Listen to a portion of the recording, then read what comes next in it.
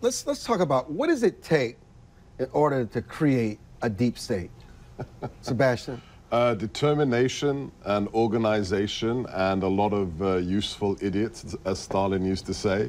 If you see the last 10, 15 years, especially under the Obama administration, there's a network, there's a nexus of government employees that are on the inside, their friends in the NGO think tank sector, and then their buddies in the media, what Ben Rhodes, the former Deputy National Security Advisor to President Obama, called the echo chamber, so that when you got a message, your buddies are going to repeat and multiply it out in the media.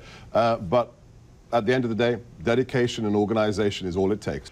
Take politics out of it for a second. It benefits itself, Armstrong, right? The deep state is about keeping bureaucrats in power. I saw, let me tell you an anecdote. I wasn't part of the National Security Council. I was a deputy to the president, but I sat in on NSC meetings. And after the first time you see this phenomena, you scratch your head. But when you see it 6 or 7 times, you say, we have a problem. I'd go to a 2-hour meeting at the NSC, which is the highest policy-making organ in the U.S. government. This is, you know, a SCIF. It's a secure, you know, facility, and you've got the CIA, DIA, Pentagon, NSC in the room to talk about whatever it is, the Qatar crisis, you name it, ISIS.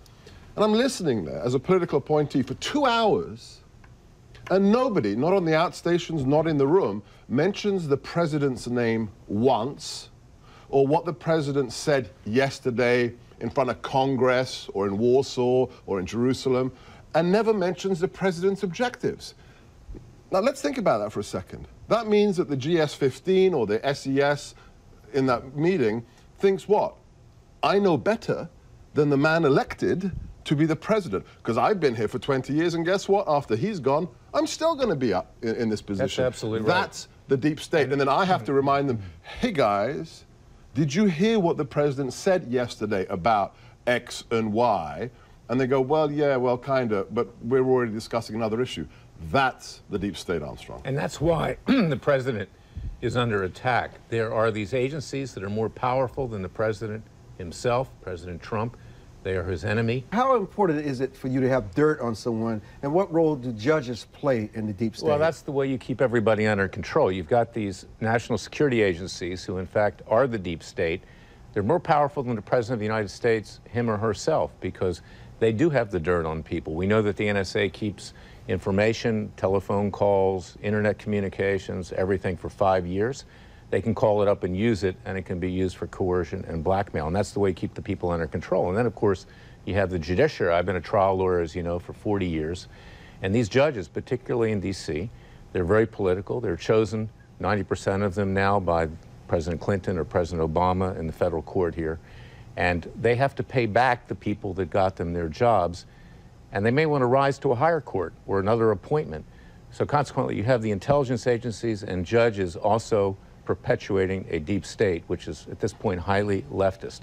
To your point about judges being a part of this, one thing that I've been wondering, were the FISA judges aware, and are they part? I mean, I think they're part of the deep state, so I feel like they knew the dossier and where it was coming from. Let me answer that question without naming names.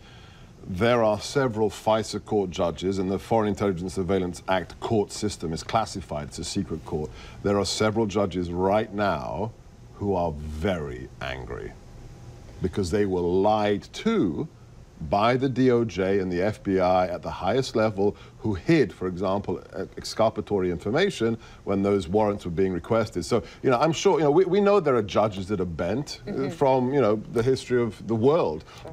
But in this current scandal, FISA-gate, which should be called Obama-gate, there are some very angry judges out there, and that's why this story is not going to die.